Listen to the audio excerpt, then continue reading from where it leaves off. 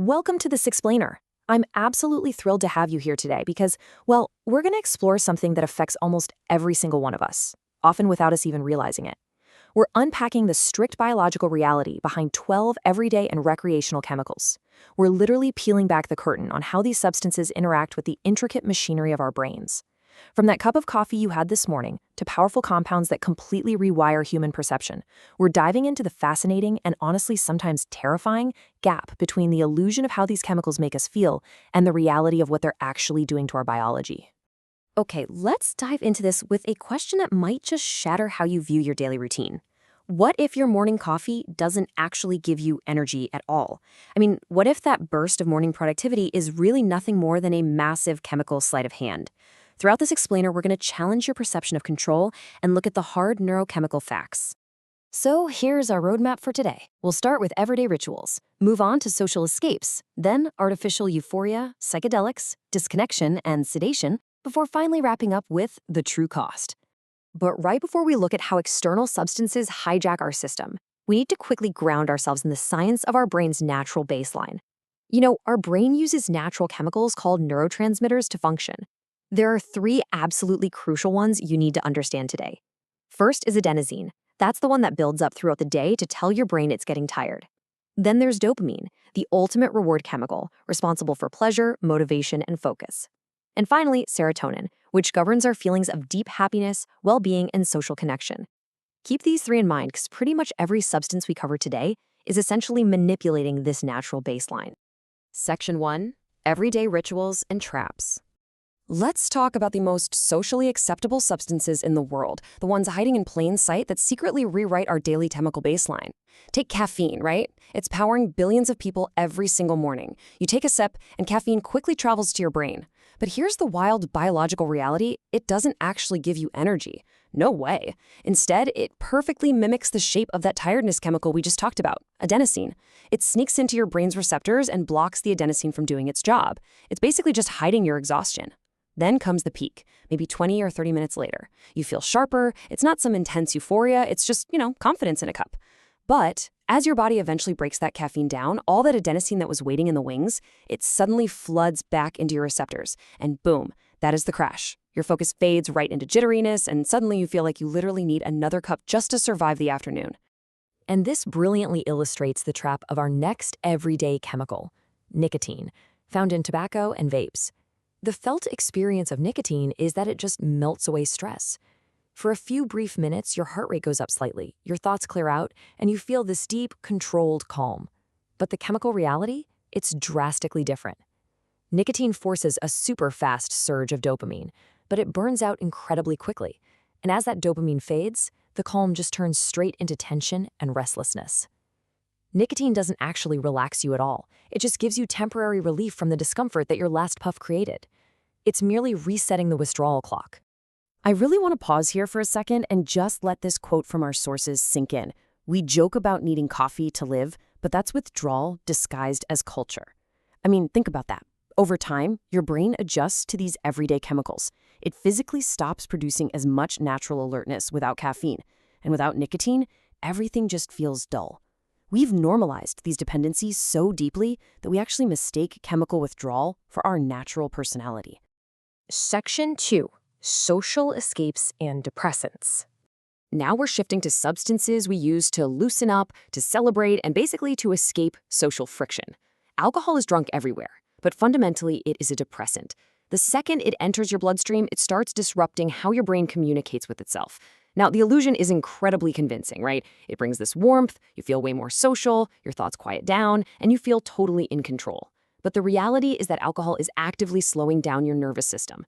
As you hit the peak, your judgment fades, your coordination slips, and your emotional regulation just drops off a cliff. Alcohol slows your brain down while simultaneously convincing you that you're perfectly fine. And the come down? Well, that's the hangover, a total absolute crash of your brain chemistry. It's a chemical that makes you feel so alive while it's slowly dulling everything that makes you human. Let's move over to cannabis and see how this builds on that idea of altering our perception.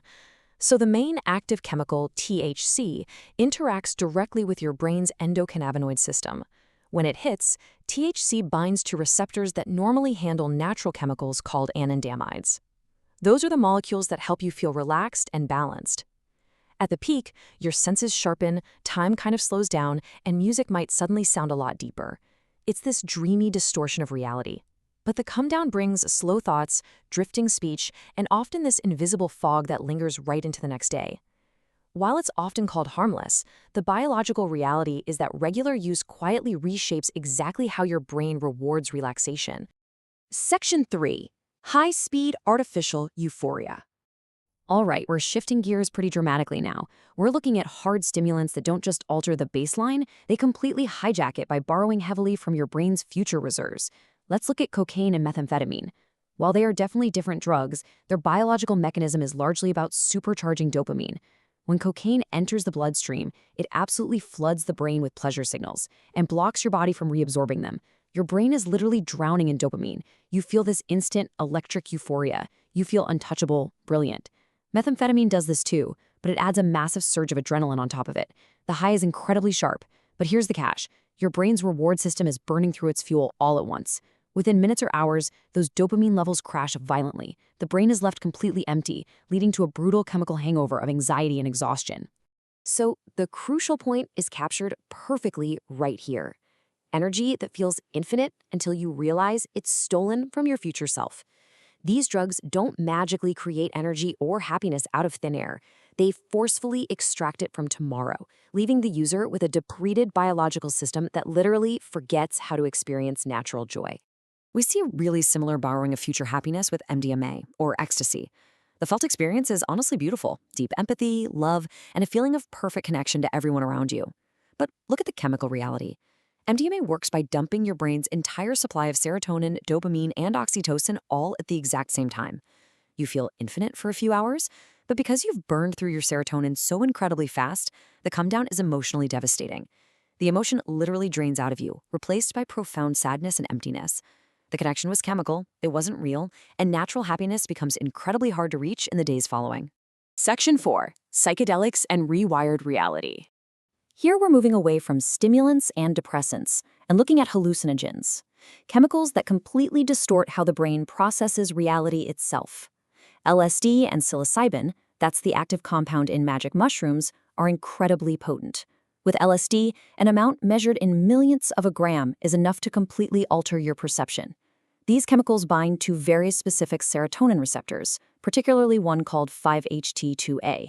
And they don't just make you see things that aren't there, they alter the actual processing so that reality itself seems to breathe and shift. Crucially, they can even dissolve the sense of self, that fundamental part of your brain that says, I am me. The cycle of a psychedelic trip is pretty profound.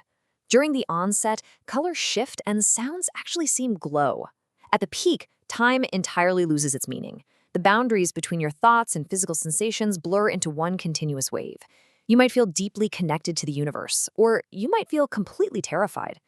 As you come down, reality slowly rebuilds itself piece by piece. Now, while these aren't physically addictive, they're highly unpredictable based on your mindset and your environment. They pull back the curtain on the mind, but as our sources note, they don't always close the door cleanly behind them. Section 5. Disconnection and Heavy Sedation. Now, what's really interesting about this slide is seeing how 3 completely different chemical pathways all lead to extreme, dangerous levels of numbness. These are the substances that don't just relax the user, but fundamentally separate the body from the mind entirely. Ketamine blocks a chemical messenger called glutamate, literally detaching perception and sending the user into an out-of-body state known as a K-hole. Opioids bind to opioid receptors, blocking all physical and emotional pain and replacing it with a heavy euphoric bliss that dangerously slows your breathing and heart rate. And benzodiazepines? They enhance GABA, a brain chemical that aggressively slows down activity, completely silencing anxiety but flattening all emotion and memory in the process. The terrifying reality of opioids, in particular, really cannot be overstated. When the come down hits, every single nerve screams for the drug. Opioids completely rewire your brain's primal survival system, essentially teaching it that the drug is as essential as the air you breathe. The warmth they give in the beginning is the exact warmth they take away from absolutely everything else in life. Withdrawal isn't just a craving. It makes existing in your own body feel completely unbearable without the chemical. Section 6. The true cost of chemistry. So, having looked at all these different substances, we can clearly see the overarching biological toll they take. The universal truth across all of these altered states is the reality of the come down. Chemistry never gives, it only borrows. Borrowed happiness, borrowed energy, and borrowed calm must always be repaid to your biology. As you use these substances, your tolerance builds, your brain's natural baseline drops, meaning you need the chemical just to feel normal. What starts as a seemingly harmless ritual or a fun social escape slowly sheds its illusion of control, revealing the stark reality of chemical dependency. Are these chemicals actually giving us the control, the energy, and the connection we seek, or are they simply making us forget what our brains and bodies truly need to function naturally? It's a profound biological question hidden right inside our daily habits and social lives. Thank you so much for joining me for this explainer. Keep questioning the illusion and keep learning the reality.